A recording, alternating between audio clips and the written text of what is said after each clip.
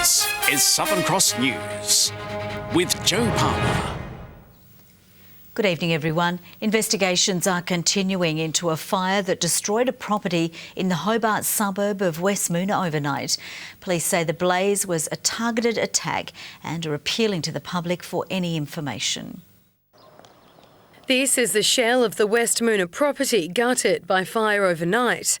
Emergency services were called to the out-of-control blaze at the Forth Road house just after 9 p.m, where it was fully engulfed in flames. The house was vacant at the time. There were no furnishings or property or people present. The weatherboard home has been unoccupied for the past 2 months. The residence was recently forfeited to the Crown pursuant to the unexplained wealth legislation, which was introduced in 2014. The cause of the blaze is still under investigation, but it is currently being treated as suspicious and police are calling it a targeted attack. We have had witnesses come forward. They've mentioned that a vehicle was in the vicinity of the house just prior to the fire. We believe an accelerant was used, therefore we believe it's deliberate. Police are estimating the damage to the property is at around $300,000. Witnesses are urged to come forward with any information. And in particular, any vehicles that were sighted, mostly being a dark-coloured sedan. Louise Hedger, Southern Cross News. A 55-year-old woman and a 92-year-old man have both died in separate road crashes in the state's north today. Police believe both may have suffered medical conditions moments before impact. The blue Hyundai left crumpled in the middle of the road. At around 9:20 this morning, the woman was driving on Penquite Road in Norwood when the collision happened. Initial investigations are tending to believe that the blue vehicle has swerved to the wrong lane, coming down the hill and collided with the bus. Police say the force of the impact meant the jaws of life were needed to cut her free. The bus driver was shaken by the event but wasn't injured. He was treated on scene for shock and taken to hospital as a precaution. The only passenger on the bus at the time was an adult. He was able to walk away from the crash. Speed is not believed to be a contributing factor. From the damage, it appears that the vehicle was probably travelling at the speed limit, but it's due to hitting a bus. There's quite a significant amount of damage been caused to the blue vehicle. But the day didn't get any easier for emergency crews, called out to another two-vehicle crash on Evandale Road at Western Junction. A 92-year-old Launceston man driving a Jaguar is believed to have suffered a medical episode. It's understood he then accelerated, crashed into a council ute and flipped it off the road. The ute's been pushed off the road so it's come resting up next to a fence, and the Jaguar's gone down the road, gone off the road and into some trees. The passenger in the Jaguar was taken to hospital with non-life-threatening injuries. The council worker in his 40s also escaped unharmed. There's really no road safety message we can give for this. If it's a medical situation, it's something we unfortunately just can't combat. I guess in some ways we're just lucky that nobody else was injured or killed. This afternoon's crash now brings the state's road toll to 12, compared to 21 at this same time last year. A report for both crashes will now be prepared for the coroner. Jessica Moran, Southern Cross News. The state government's relationship with the Legislative Council is beginning to fray following the defeat of two major government bills this week. Controversial forestry legislation was knocked back in the upper house today as the government focuses its blame on the opposition. A wounded government delivering this Facebook post just moments after its bill on mandatory sentences for child sex offenders failed in the upper house. This whole thing is very sad. In fact, it's a load of BS, if I can say that. The attack on legislative councillors chipping away at an already fragile relationship. The government have a lot of rebuilding to do. They've behaved appallingly, attacking us in the way they have. This isn't a government that says sorry. It just keeps on punching and fighting and dragging everyone down. The government not willing to back down as another key bill fell in the House of Review.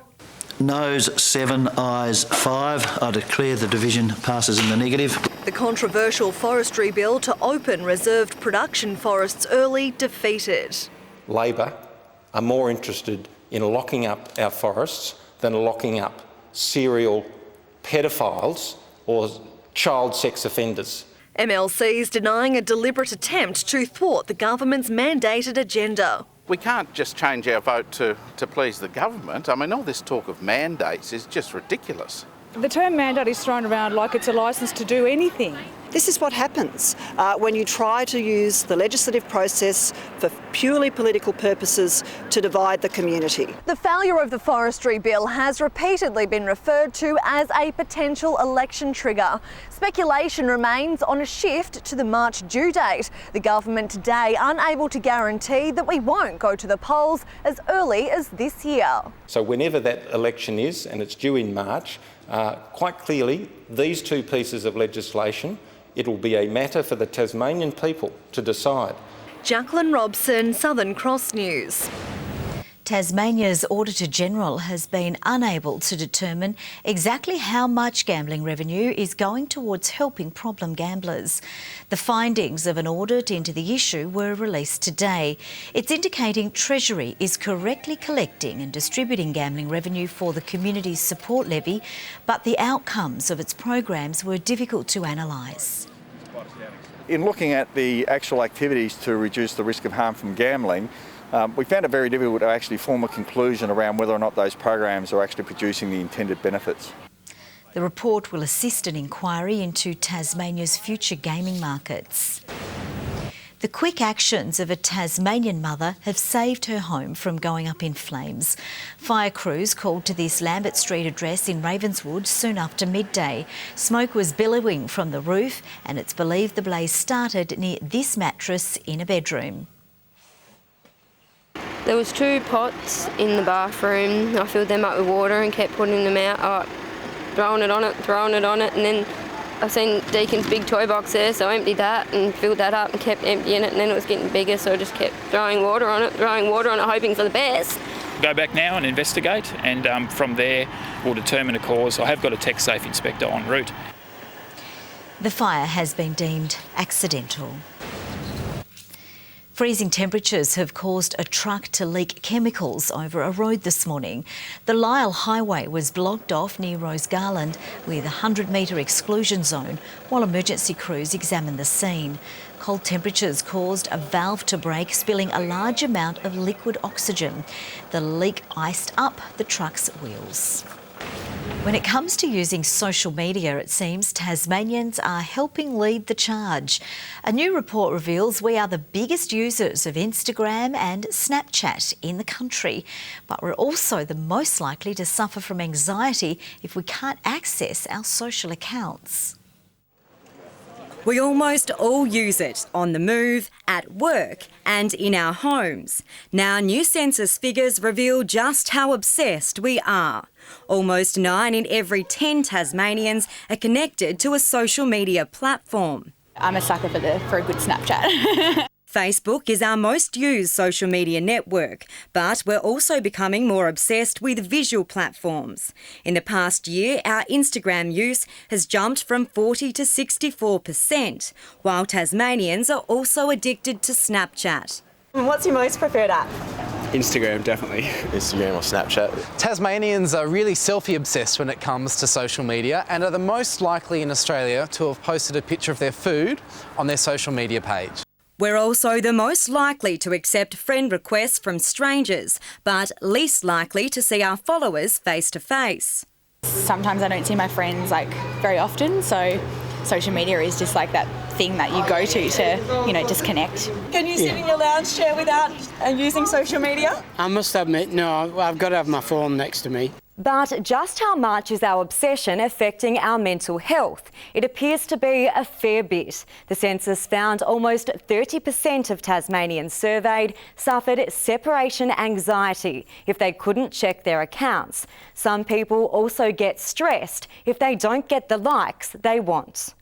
They may be feeling the need to compete with their peers, who often portray what is an unrealistic lifestyle on social media. So sometimes a digital detox is what's best. It's recommended to often turn off your devices, especially before bed, and leave your phone in your bag when out with friends so you can enjoy a stress-free interaction. Monica Dadson, Southern Cross News. Tasmanian Facebook users will now be notified if there has been a child abducted in their local area. The Amber Alert system has today been rolled out nationwide, providing police with an immediate and targeted response by alerting the public of an abduction. Users in a specific geographical location will be advised, and key information will be published in a dedicated story on their Facebook newsfeed. There have been 2 child abduction cases in Tasmania in the last 5 years. A cold snap has hit much of the state. Hobart was affected by its first major frost of the season, turning cars into ice blocks. The city hit its low of 0.6 just after 7 a.m, thanks to a high-pressure system. The high allowed the winds to drop and skies to clear over much of the state, and that saw the temperatures last night fall. Smithton was the coldest centre on the northwest coast, with the minimum below freezing. Launceston dipped to 1.5, Strawn nudged below 3, while St Helens low was a balmy 5.7 degrees. Dozens of Tasmanian primary school students have put pen to paper depicting what they see as being home. It's part of the Art Start display at the Queen Victoria Art Gallery. Children were given creative freedom to paint, draw or even collage what they perceive to be their home environment.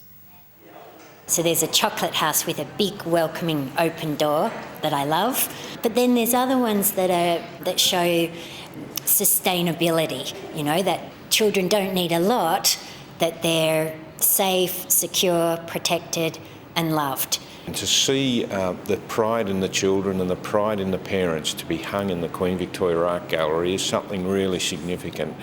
And we all hope that as a result of that experience, they'll go on to do more, not just in art, but in the arts in general.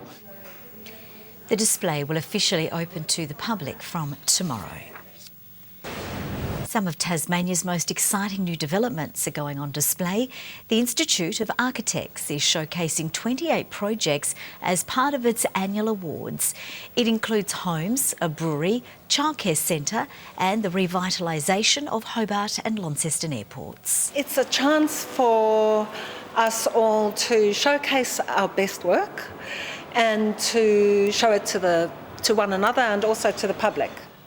The awards will be revealed on Saturday, and Tasmanians can have their say by voting for the People's Choice Prize. Samsung is urging anyone with its brand of washing machine to check their model number. The top loaders have a defect that has caused almost 90 fires across Australia. In Tasmania, there have been 4 confirmed cases of machines showing signs of burning, scorching or melting. There is still more than 1,500 machines that haven't been inspected in Tasmania, the ACT and Northern Territory. Details of the recall can be found on the Samsung website.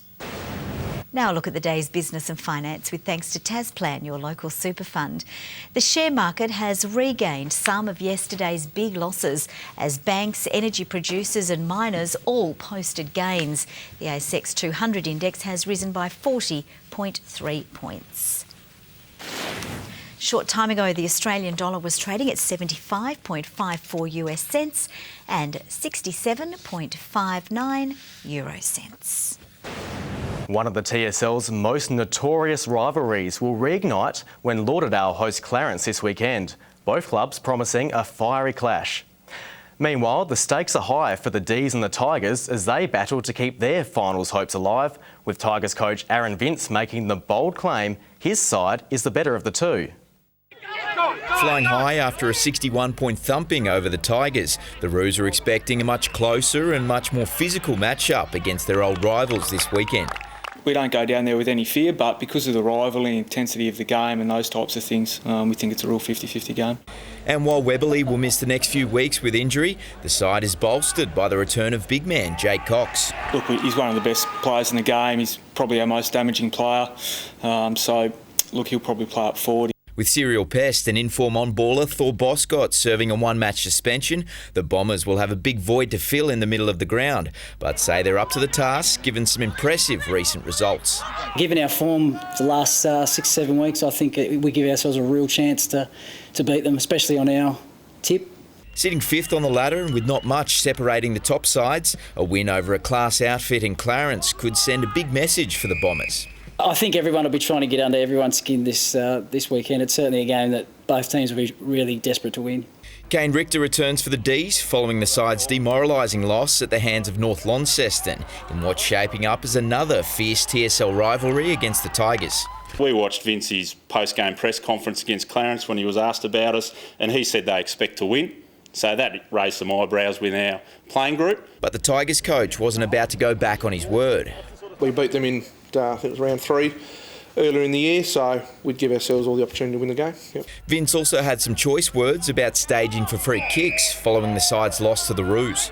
Probably a bit disappointed with one of their players. I reckon if Jezza has probably reviewed the game, probably knows who I'm talking about, but acting for free kicks and diving, which probably in the end of the day cost us 3 or 4 goals on the weekend.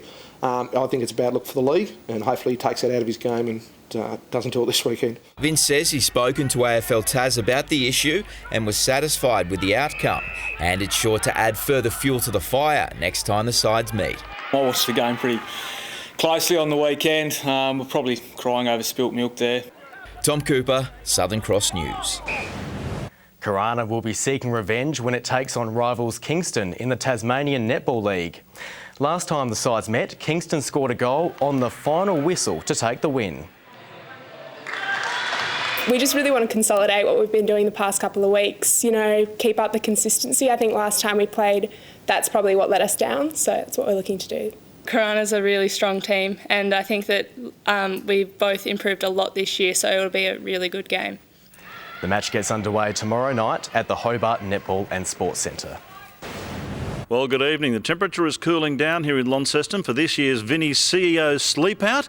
There'll be quite a few CEOs sleeping rough this evening, raising awareness for homelessness and also raising funds. We're lucky to have Vinnie's National President Graham West with us. Graham, you're here in Tasmania. You could have been in Darwin. It's 28 degrees there. I wanted to be here in Tasmania. Tasmania is a fantastic part of the world that's doing great things to try and eliminate homelessness, and the CEOs here are helping do that. We've got about 56 CEOs sleeping at rough tonight, and homelessness, a big issue in Australia, and it's not getting any better, is it? No, look, 105,000 people experiencing homelessness of some sort every night. Women and children, people over the age of 55, all people from all sorts of walks of life. And we'd be fantastic to get rid of it, but we're not there yet. Well, we can help get rid of it this evening. We'll tell you how in just a moment. Let's tell you what happened today around the state, with Hobart recording a top of 10 degrees, Launceston, Burnie and Devonport 11.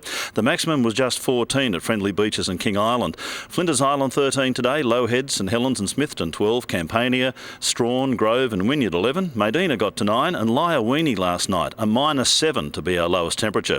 Most of the country cloud free today. We, of course, had some cover and more is spiralling around a low over WA. Now on the close-up, a fair portion of the state with the cloud cover over us today. That was low cloud. Tomorrow a cold front crosses Tasmania ahead of a large high which will be building to the west. Northwesterly winds reaching 25 to 35 knots in the south, and then a west-southwest change at similar speeds tomorrow. Swells in the west and south building up to 7 to 8 metres. Keep the boat in the shed. Gale warning, that's from Wineglass Bay to Low Rocky Point, a strong wind warning for all other waters, small craft wind alert for the lakes. Also, we have a bushwalkers alert for the high country with snow down to 400 metres this evening, and a sheep graziers warning has also been thrown in for quite a number of districts. Forecast for tomorrow, Hobart, windy with a shower or two and 14, 13 for Huonville, 15 the top for Campania. 4 overnight in Launceston, they'll be sleeping okay, that's quite balmy. 15 tomorrow, clearing showers for Devonport and Georgetown. Windy and showery in the northwest, Burnie 15, Strawn 13 and Wynyard 14 degrees. We have a possible shower forecast in the east, St Helens and Swansea 16, Port Arthur a cool 13 degrees. Partly cloudy over the north and east on Saturday with possible showers elsewhere. Showers all over on Sunday and clearing from the east and north on Monday.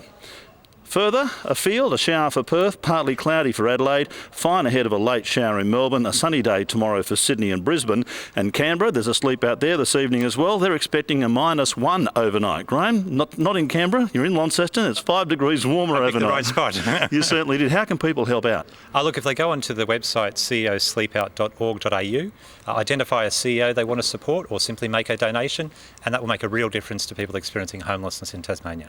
Well, I hope you enjoy your night here, and let's hope we can raise some much needed funds. Back to you, Joe. Great. Thanks very much for that, Murph. Well, that's all from the team for now. We'll see you with updates throughout the evening. Have a lovely night. Bye for now.